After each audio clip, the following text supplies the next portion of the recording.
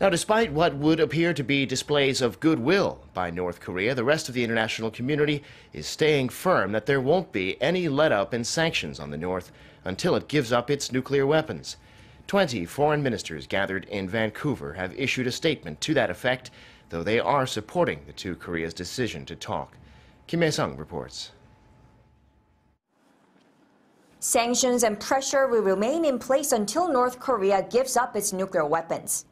That's what top diplomats from 20 countries said at the Vancouver Summit on Tuesday local time.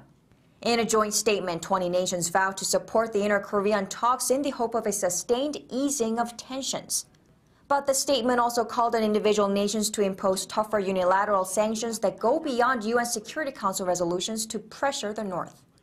In particular, the nations at the meeting pledged to improve maritime interdiction operations and stop illicit ship-to-ship transfers to block trade with North Korea.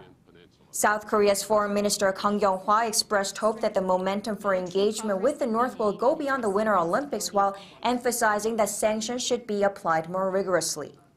While repeating the sentiment that diplomacy is the best option, U.S. Secretary of State Rex Tillerson warned that the world will not accept North Korea as a nuclear state and rejected a freeze in South Korea-U.S. military drills in exchange for a pause in the North's weapons development program. North Koreans know our channels are open and they know where to find us.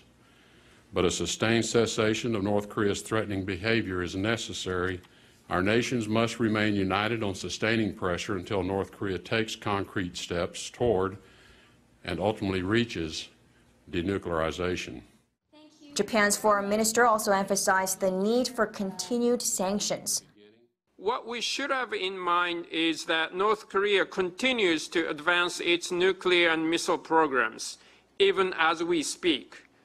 In short, it is not the time to ease pressure or to reward North Korea. While the nations warned about the growing threat of North Korea's nuclear weapons and the need for tougher sanctions, they also welcomed the turnaround in inter-Korean ties, expressing hope that diplomatic efforts can help achieve a peaceful denuclearization of the Korean peninsula. Hyesung, Arirang News.